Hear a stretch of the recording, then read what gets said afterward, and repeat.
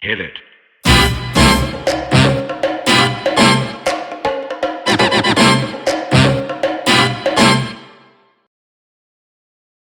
Hey everyone, we just finished recording this week's Left a Boom Show episode with Amy Moor Gaylord. Amy's a partner at Akerman LLC in Chicago. We covered a number of topics, including her formative experiences as a attorney at the regional office in Peoria, Illinois of the National Labor Relations Board, including her craziest experience there and what they do with those ballot boxes when people are not voting.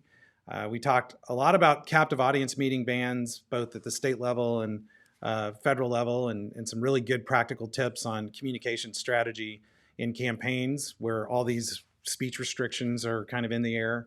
And then finally, we cover what movies we would be in that are based in Chicago. So enjoy this week's episode with Amy Moor Gaylord.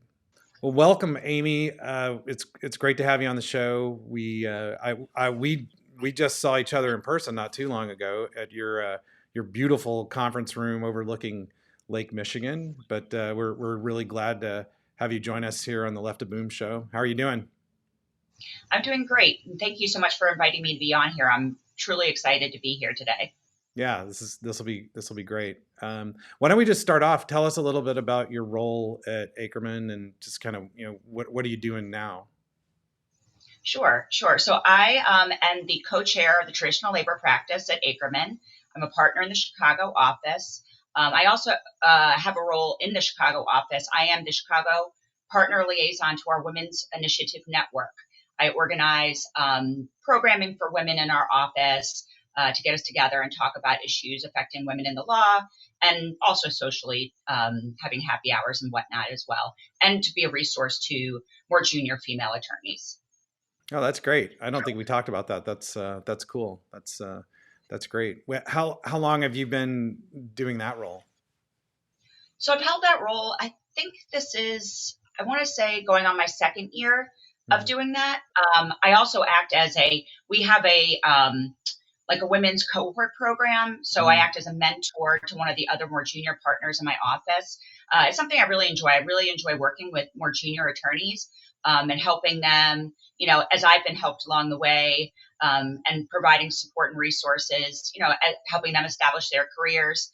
So I've been doing that, I think, about 2 years, but I've been a mentor for longer than that. I was always active in the mentoring space because I do, I think mentors are really important to helping junior attorneys get to where they want to go in their careers. Yeah, great. Which leads us to our next question. We always ask our guests based on what I call the hero assumption, but people, leaders in our lives that were really important to us early on to kind of get us to where we are now. A lot of times there's people that are, influences that believed in us and kind of saw, maybe years ahead of time, like where we were going. They saw our potential maybe at times that we didn't believe in ourselves. And I'm curious, is there anybody stand out in your life that was like that? Yes, actually. And I took my glasses off. I was getting a lot of glare, and I didn't want all of our watchers to see that. So I worked for the board, and we're going to talk about that at some point in time. But then I worked for 2 different law firms, and I had an experience where I was just kind of thrown in to the deep end at both of those firms. And then I moved out of my second firm, which was a big law firm, not the firm I'm at now. And I moved to a smaller labor and employment boutique firm where I met an attorney by the name of Mike Richardson. And he, just really invested a lot of time with me, helped me really shape my practice as a labor lawyer and hone my negotiating skills. He made deals with clients to bring me along, billing me out in various different ways, but really, took the time to mentor me, to work with me, to introduce me to all of his clients, to learn how to get clients, how to become a valuable resource to clients, and to have them to trust you and rely on you. But really, he was the first one who saw a lot of promise in me, banked on that. Again, spent a lot of time mentoring me, working with me, and just became, in addition to being a mentor, a really good friend. He's since retired now, but both him and his wife are, I consider, true friends. and both just lovely, lovely people. And I'm so happy to have worked with him for many, many years. Yeah, that's great. That's great.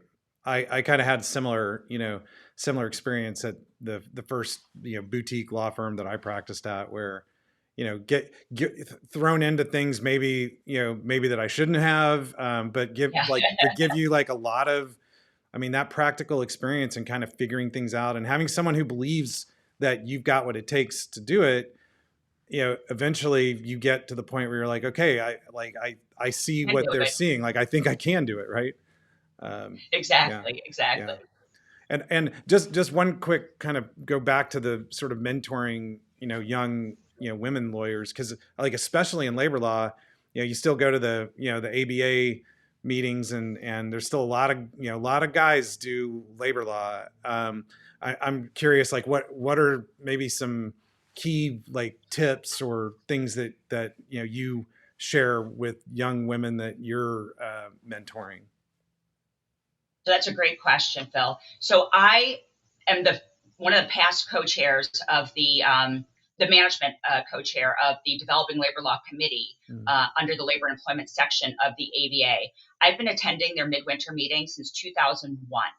When I attended that first 2001 meeting, there were 8 women there, Mm-hmm. just 8 out of the, I don't know how many people were at the meeting. We have grown that number to, we're hitting maybe 30% of the people who are attending now are women.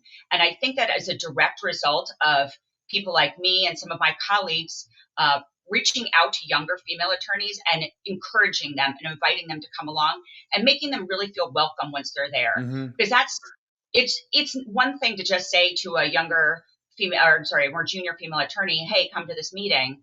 But if they don't feel welcome and they don't feel supported at that meeting, they're not going to come back. It just isn't going to work that way. And you really hit the nail on the head. There's just not a lot of women practice in this particular space. Mm-hmm. It is a highly male dominated space. But the flip side of that is that I've grown an incredible network of female labor attorneys, traditional labor attorneys. Mm-hmm. We have a group text that we have constantly called the Lady Labor Lawyers.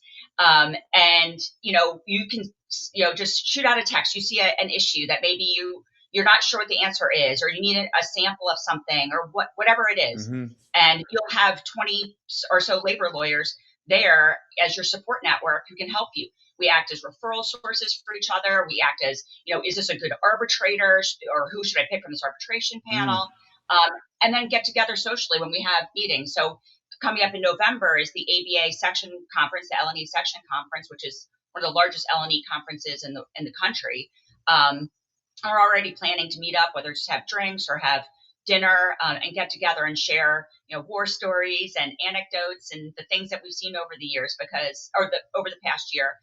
Because as you know, labor law continues to change and evolve, and we're seeing new things almost every day. So yeah, one of the things that we've really developed on in that committee, and I think the P&P committee, the Practice and Procedure Committee, have also focused on this, is really, really reaching out to more junior labor attorneys, female labor attorneys, and getting them to come to these meetings, to grow in the ranks, to become leaders in the committee and in the section. And I think it's a great way to really get involved and stay in the know on labor topics. Yeah, I've noticed that at the meetings as well, and I know they have, and it's not just women, right? It's a diversity breakfast that they hold, and there's a lot of effort that's being made to diversify the management side labor bar, which I think is really important, and I think that's great that you're so involved in that. Yeah, I totally agree. I think those are all strong initiatives of the ABA and the section in particular. Yeah. So I know part of your experience, when you first came up. So before you were on the management side, you worked at the board. So tell us a little bit about, what is it like first, just kind of like, where did you work, and what was that like day to day? Sure. So I worked in Peoria. It was at the time Region 33. It's now a sub-region of, I believe, Region 25 in Indianapolis.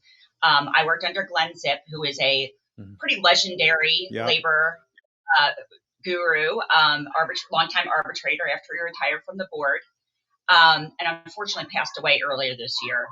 So I know part of your prior experience was working at the NLRB, one of the regions, and I think our listeners and viewers would really enjoy learning a little bit about what that's like. So tell us a little bit about working at the board. Sure. I loved working at the board. I worked at Region 33, which at the time was its own region. That's Peoria. There was a little company there that you might have heard of called Caterpillar, so they had their own region there. It's now currently a sub-region. I believe it's still of Region 25, I believe, Indianapolis. I worked under Glenn Zip, a longtime labor guru, who unfortunately passed away earlier this year, but great person to work for. I had wanted to work for the labor board. It's going to sound a little bit crazy, but my undergraduate degree is in industrial and labor relations from Cornell. And so my sophomore year, the sophomore first semester, you're required to take labor law.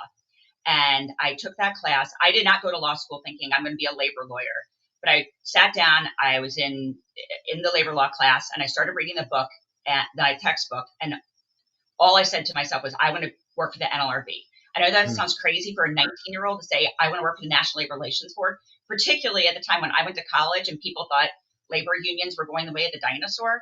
But that's what I wanted to do. And I was focused on getting a job at the labor board when I graduated from law school. And that's, of course, that's what happened.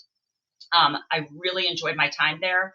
As one of the more junior attorneys or board agents, I was tasked with doing a lot of elections. I was only there for a little over a year, and I conducted over 30 elections during the time I was there.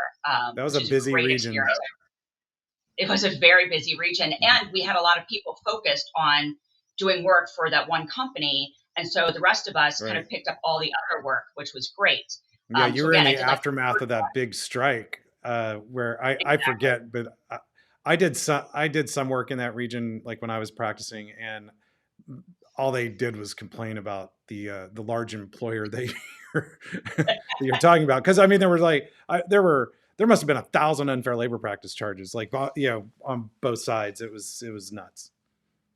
Yeah, and they couldn't even handle them all out of the Peoria region. And I don't want to tell you too much about how the sausage is made, but they pre-addressed envelopes, because at the time, we didn't use email and faxes and everything. So we pre-addressed envelopes to the law firm that they used so that we could just send things out.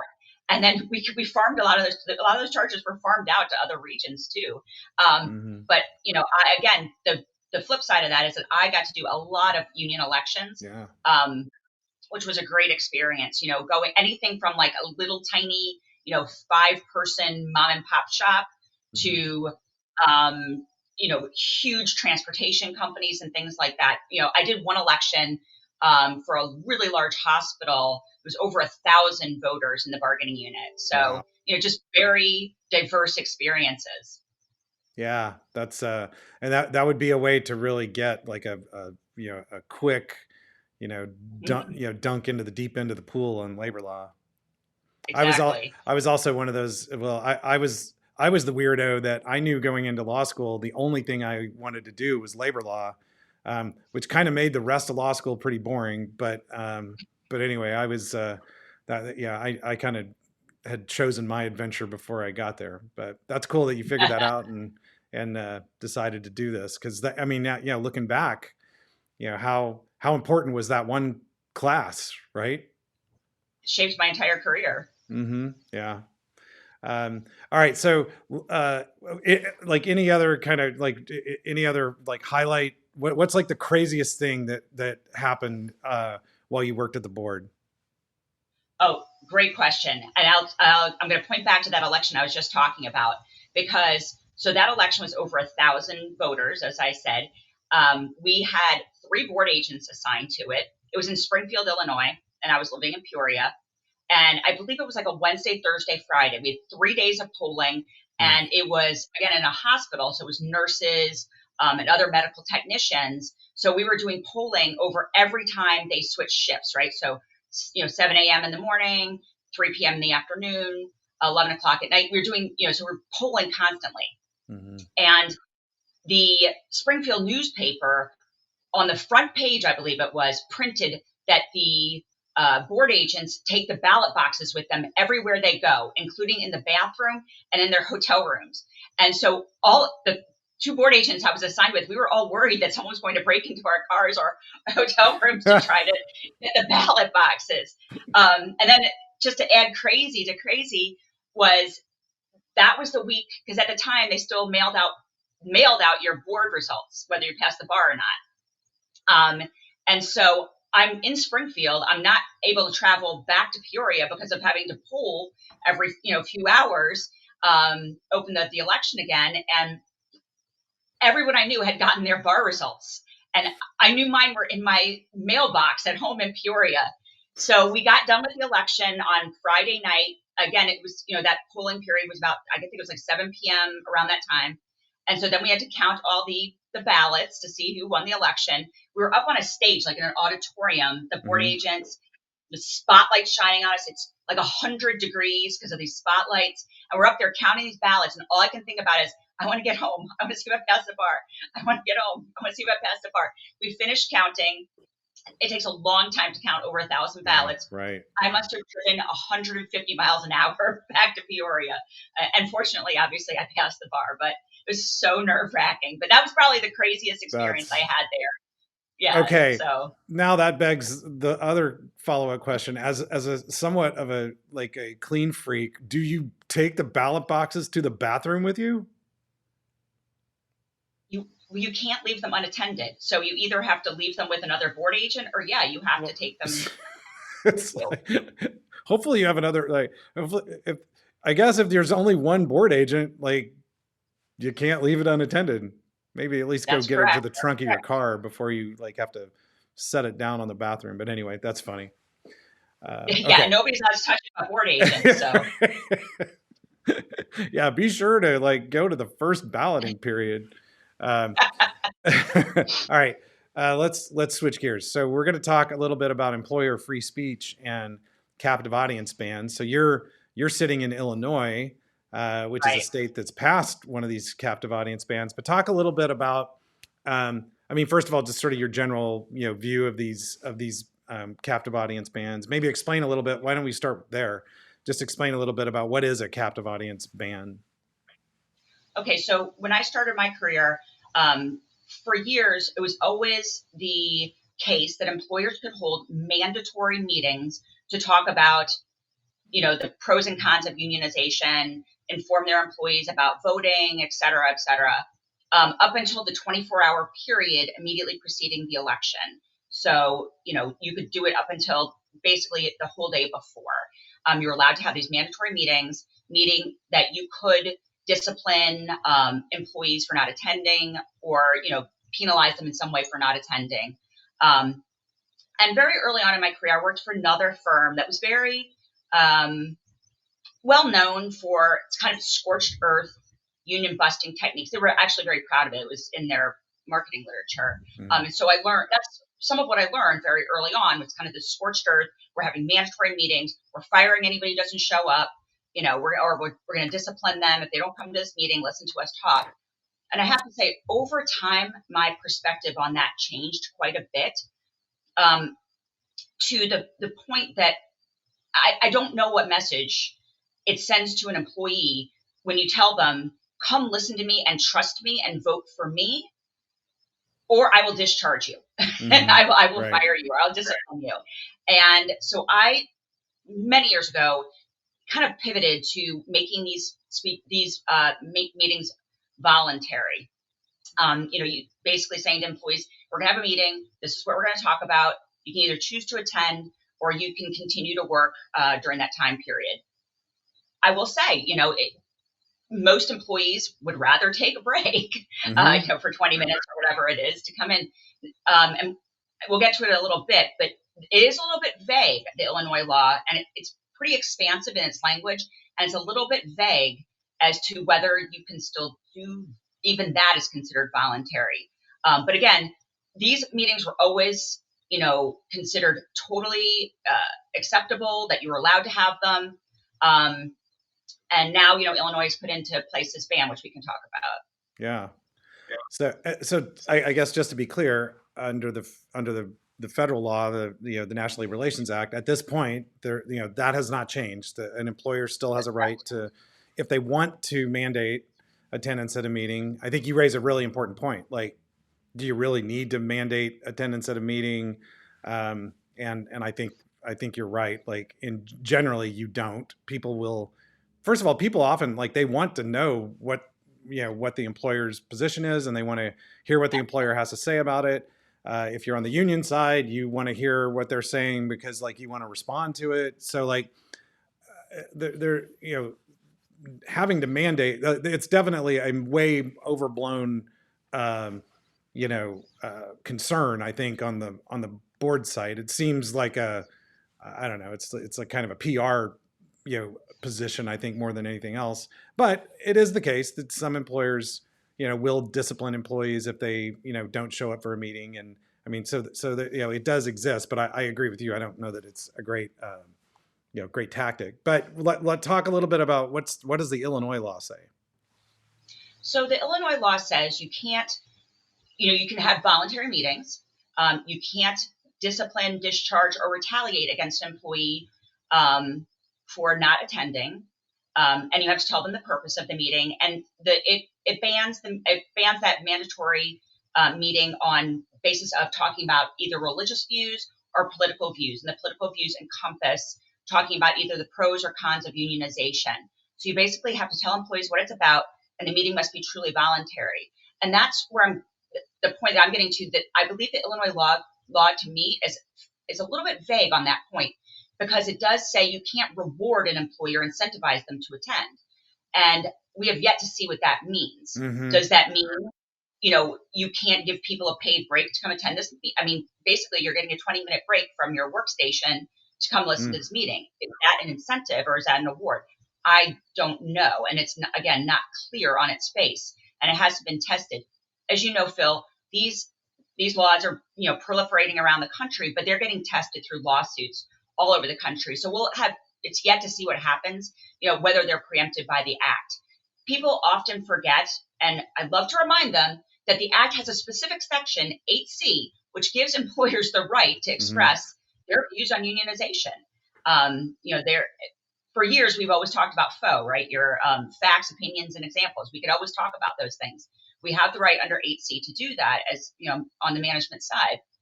And I think some of the board members and the GC, would like to think that 8C doesn't exist. And to your point, Phil, about this is kind of almost like much ado about nothing, right? I remember being at the section conference last year and talking about, captive audience speeches, captive audience. And me and some of my, again, lady labor lawyer friends are just looking at each other. What are you even talking about? We don't even use those. Right.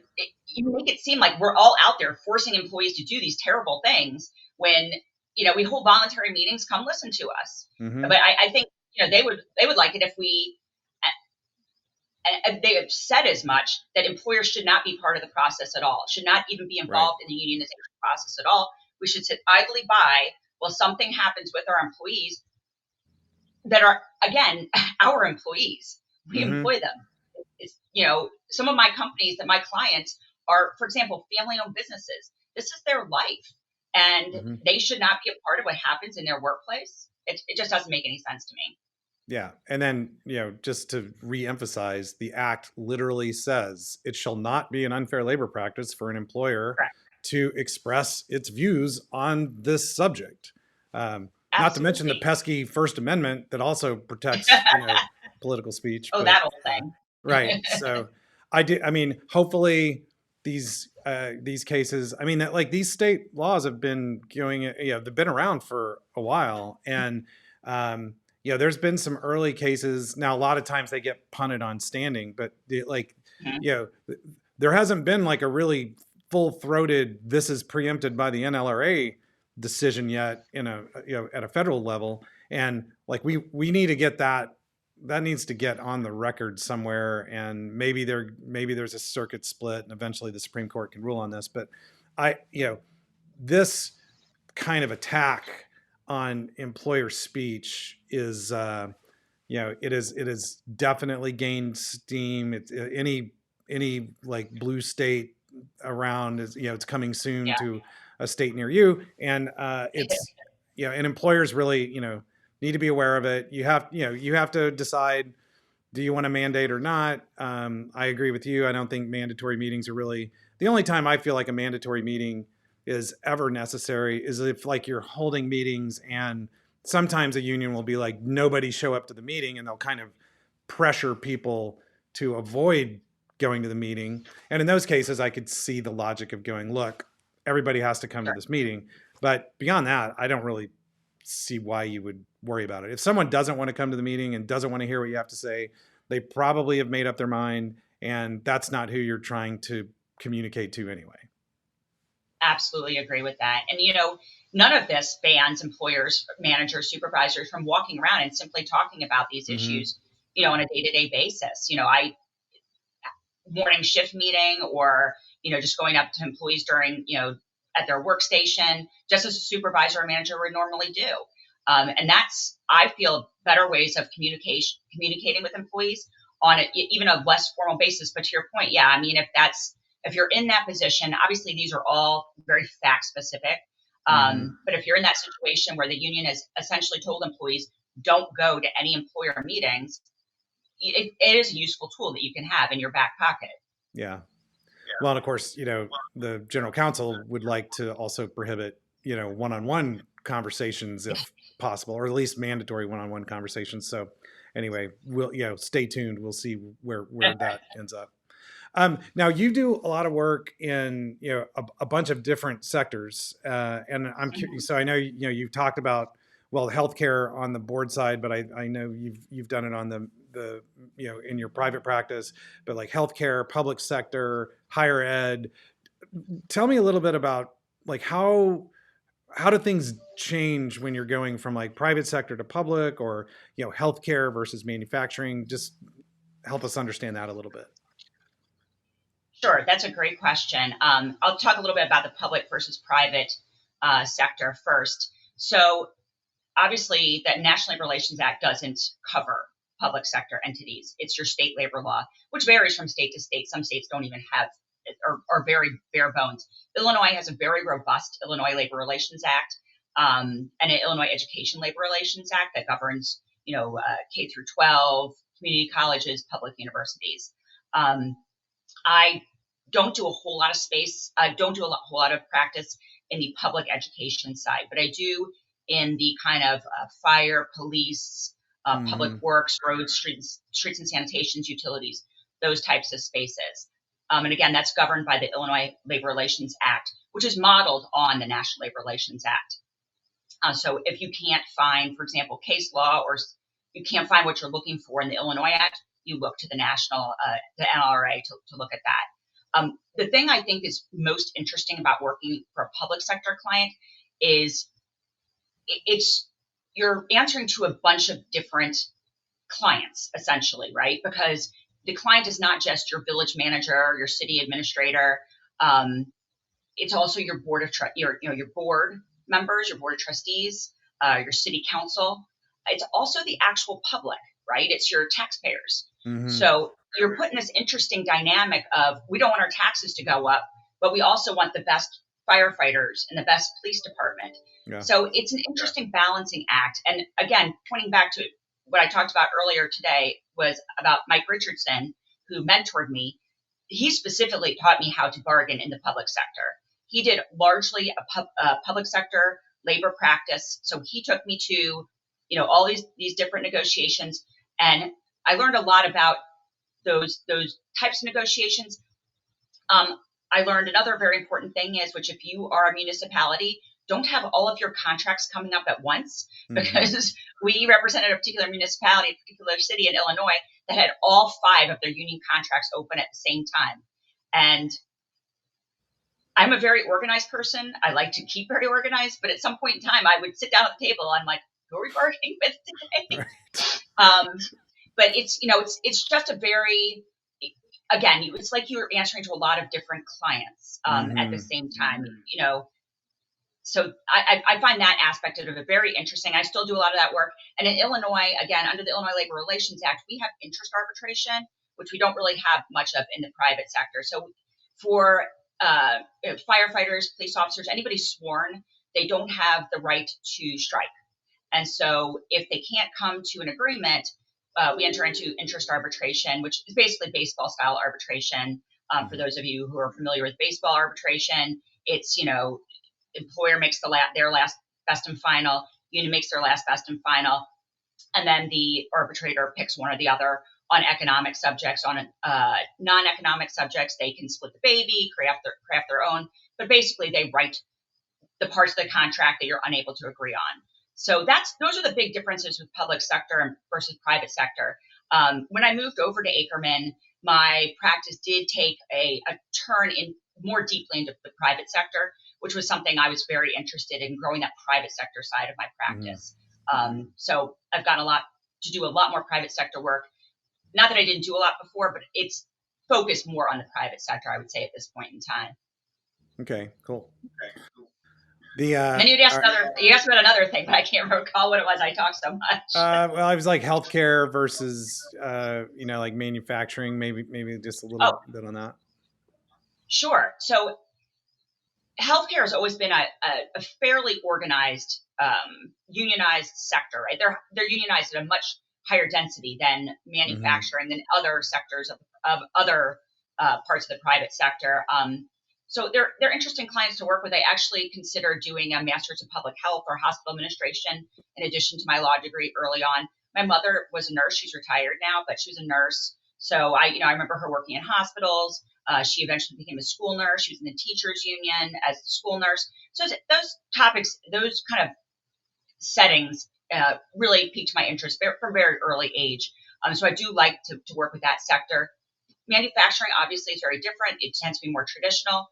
But what we're seeing, Phil, and I know you're seeing it as well, is the rise in unionization in not traditional settings, right? Yeah. We're seeing across the country, tech companies, banks, very different types of unionization. Coffee shops. I've done coffee shop work, not for the big one we're thinking of, but I have done, smaller coffee shops. And, you kind of have to throw your traditional anti-union or union busting, whatever you want to call it, your playbook out the window when you're dealing with these different types of populations, because the same messaging doesn't really resonate.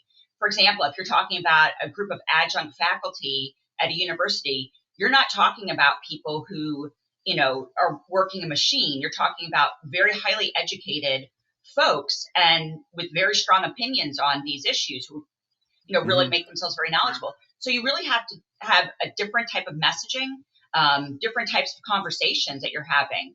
And universities and colleges also, they make very interesting clients because you have kind of a diverse array of clients. It's not just, the president of the university. It might be the board. The various deans, provosts, students, their parents. So a lot of really super interesting issues bubble up when you're dealing in the higher ed space. Yeah. And I mean, I think that's really even true now, even in like manufacturing, like that you're dealing with an audience typically where I know in higher ed for sure, very like left leaning anyway, naturally sort of pro-union, based on often no information or super low information about like what unions, how they actually work. Right. But like you say, everyone has access to a supercomputer in their pocket and they can find whatever, and you can definitely, find a lot about unions, but most of the stuff that you find is going to be very, it's a lot of mythology, but it's going to be very pro-union. It's going to, skim over the details of how it all actually works. And in those kinds of settings, to me, like the communication challenge is really more around, okay, well, ask yourself some questions about like, how does this actually work? Like, okay, right. I understand you think it's a great idea and it sounds good. So like what are the steps that you go through to like get from here to this agreement that you think is going to like change everything to make it, it's the rainbow that leads to the pot of gold. What are all the steps that get there? Because that, like, smart people once they start kind of wrapping their heads around, and how long is that going to take? And are you Right. actually going to be at the table, or who's going to be there, and are they any good at Exactly. this? Like those are the questions that you really need to get people to start asking, because once they do, they go, maybe this isn't everything that it's been told to me it is. Yeah, that's a really great point, Phil. I mentioned some coffee shops. So I Mm-hmm. represented a string of small coffee shops who were organized earlier this year, and we used a lot of the messaging that we normally do. Things like the union, what they're really after is your dues. Mm-hmm. They're going to focus on dues checkoff and union security clause, and on average, it takes over 400 days to get to a first contract, over a year. Mm-hmm. I can't remember exactly what the number is, but it's in the 400s. I know that. 460 Um, something, but anyway, it's a yeah, lot. it's not 2 weeks, which is what they're being told by the union, or a Mm-hmm. month, or whatever it is. Mm-hmm. And so we use this messaging, and it's as if they just don't believe us. And then we sat down for the first time with the union. They brought nobody from the bargaining unit to the table to negotiations, Mm-hmm. and essentially said, in so many words, they said basically the quiet part out loud. They said, as long as you give us dues checkoff and union security, we don't care about anything else. Those exact words. Mm-hmm. And my client was practically in tears. They don't even care about their employees. And, my clients, they do care about their employees. Yeah. And so so they basically said to me, everything you said, Amy, was exactly what happened. It was played out exactly as you said. So, Right. we know what the union's playbook is. We just have to keep reformulating ours to get this messaging across about what it really, really means to be in a union. How do you get to that first contract? What happens if you have a disciplinary issue? How do these things all work? So, we need to educate the employees. And again, going back to 8C, we need to be able to talk to employees about what these Yeah. things really mean. And I do think in some ways this massive increase in organizing activity and in employers getting organized, I think over time people are going to have actual experience like what you just described and go like, this is nothing like what I was told, Right, um, and I don't like it.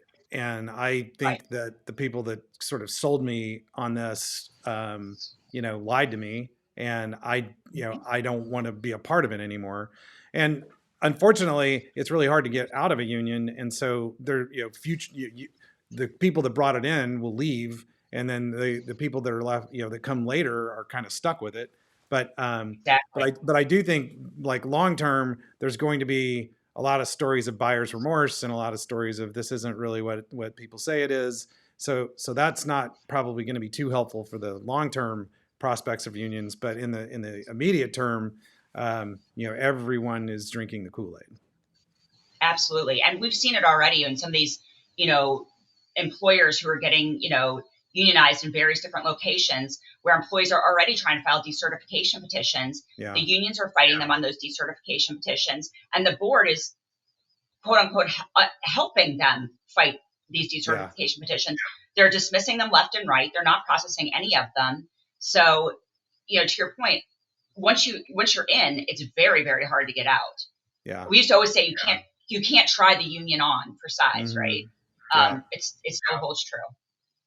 Well, I do feel like we owe it to employees to at least let them know that even if the board won't let you have a decertification election, if enough of you can prove to your employer that you no longer want to have a union, oftentimes you can get either the union in a position where they just walk away, or the employer can at some point in time can